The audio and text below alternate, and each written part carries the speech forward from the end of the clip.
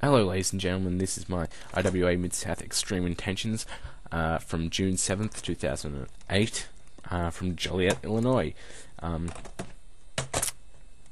First thing you'll notice about this DVD, and there were two people who really wanted me to review this for them, first thing you'll notice is there wasn't a lot of star power compared to previous IWA-MS shows.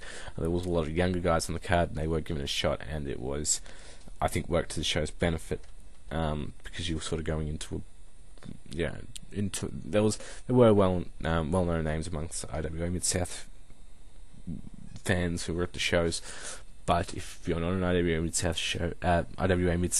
fan,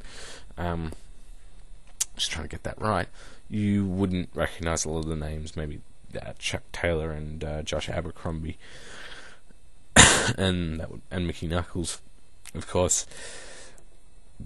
Anyway, let's get on to the show. We started off with Kimberly Kash cutting a promo saying how she deserved to be on TNA pay-per-view as opposed to Mickey Knuckles, and complained about that. Sorry, I was just looking at something. And complained about that. And then, Mickey Knuckles came out and started shit, and then Ian Rotten came out and said if you beat her, you can get the shot, blah blah blah. Set up a match for later that night. Also, another thing, all the out-of-ring promos were just lumped at the end of the show, and I really hate it when it's done like that. Really doesn't give you any time to cool down between matches. Anyway, on to the first match. Ricochet and Troy Walters versus Ash and Chris Chambers, who are known as Sex, Drugs and Wrestling. Much like Sex, Drugs and Rock and Roll, but replace rock and roll with wrestling. The gimmick is they're kind of rock stars, I guess.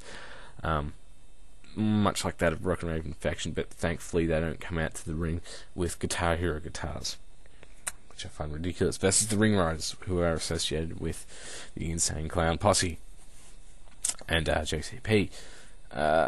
We started off, so they started off this match pretty strong, but the match didn't go for very long. But other than that, it was a good opener. There wasn't too much botching. There was enough good wrestling in it, and it was a three-way tag match, so there wasn't a lot of psychology in it, and you did expect it to get a bit spotty, and it did. I don't really like three-way tag matches, but whatever. 2.5 stars. I enjoyed it. Midnight Rider versus Vito Thomaselli. Yes, that's right, the Midnight Rider. Unfortunately, it wasn't Dusty Rhodes playing Midnight Rider. Otherwise, you would have been able to tell by 10 minutes of him laying on his back, waving his fingers around until the crowd went nuts, and then he'd get up and make his comeback. But other than that, the impersonation of Dusty Rhodes as Midnight Rider was quite a good one at that. Versus Vito, Midnight Rider versus Vito Thomaselli. Sorry, I went a bit off track.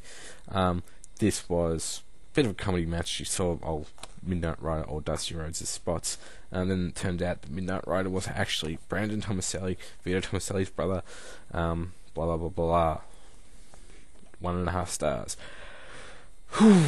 Now we're on to Mickey Knuckles versus Kimberly Kash for that TNA pay-per-view spot. Tripping over my tongue. This match could have been a lot better. I feel that Mickey Knuckles and Kimberly Kash didn't hit their stride. There was obviously a plan going into it, but Kimberly Kash broke her nose or something, or had a blood nose from getting kicked by Mickey Knuckles, and that sort of hurt the match. Obviously made the match a little bit more difficult to work, and hence they didn't really hit the stride in the match. But still, 2.25 stars. And turned out to be pretty decent anyway. Jaysin Hades, who was the light heavyweight champion, versus Jaysin Quick for the title.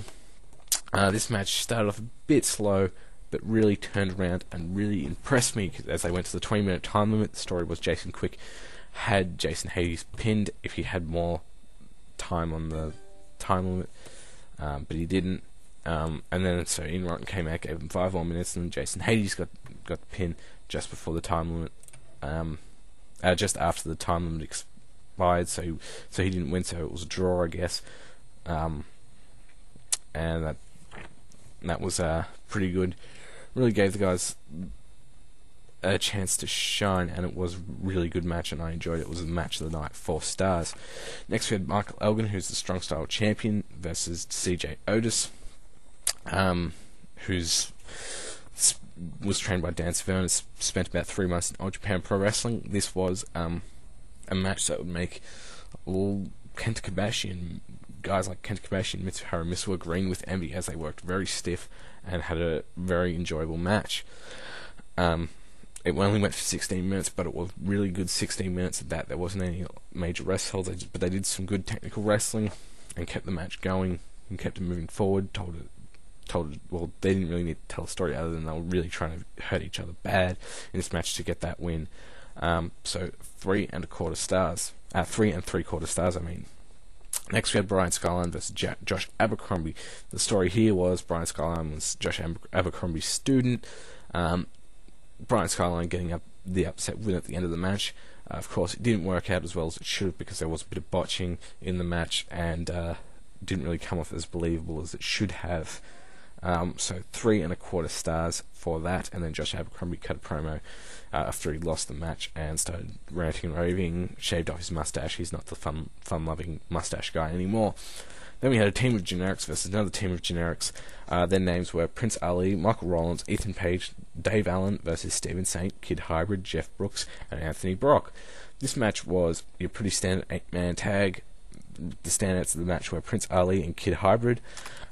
Prince Ali, or Kid Hybrid, just being a really impressive talent in the match, and Prince Ali doing I think it would be a reverse 450 splash, or maybe inverted, I don't know, I'm a bit confused, because he was facing the outside of the ring, facing outside the ring, so he thought he'd do a moonsault, but then did a 450 going backwards. So yeah, that was very impressive. I haven't seen that before. Then we had Dingo versus Jaysin Strife. Dingo was surprisingly over.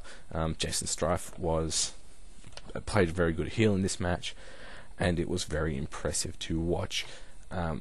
As they did put on, only went for about 15 minutes, but it was very impressive 15 minutes at that, rivaling the Mark Elgin CJ Otis in terms of enjoyment for me. And I give this match 3 3/4 stars. One criticism is the commentator calling Canberra, or mispronouncing Canberra. I can't pronounce how he pronounced it. I guess it was Canberra or something. But, it's forgivable, I guess. I mean, it's Canberra. It's the least Australian part of Australia, because that's where all the politicians are, because it's the capital. Then we had Chuck Taylor who was the IWA Mid-South champion, versus Egotistico Fantastico. This match was pretty short. It was only about 10 minutes long, but it was pretty enjoyable for a 10-minute long match. 3 stars. It was a very high-paced match. Which is funny, because Egotistico Fantastico is supposed to be from OVW, and sort of really you expect him to work a WWE style, but he really is a high-paced wrestler and worked very well in the match. So yeah, 3 stars. Next we had Deranged and versus Tank, and even though I'm a fan of Deranged and a fan of Tank, they are both 2 big guys. And I thought this match would be a bit boring and a bit slow, because it was going to be a Chicago street fight. And then Toby Klein came out and sort of, I feel, saved the match and really turned it into an enjoyable Chicago street fight. It's still a bit boring, but there was a bit of, a lot of blood, a lot of hammers to the groin, and other than that, it was enjoyable, but it wasn't really. I don't think it should have been in the main event. 2 3/4. I've seen Deranged do a lot better. I've seen Tank do a lot better, and Toby Klein do a lot better. I'm a big fan of all 3, but I didn't enjoy this match as much as I should have for a main event match.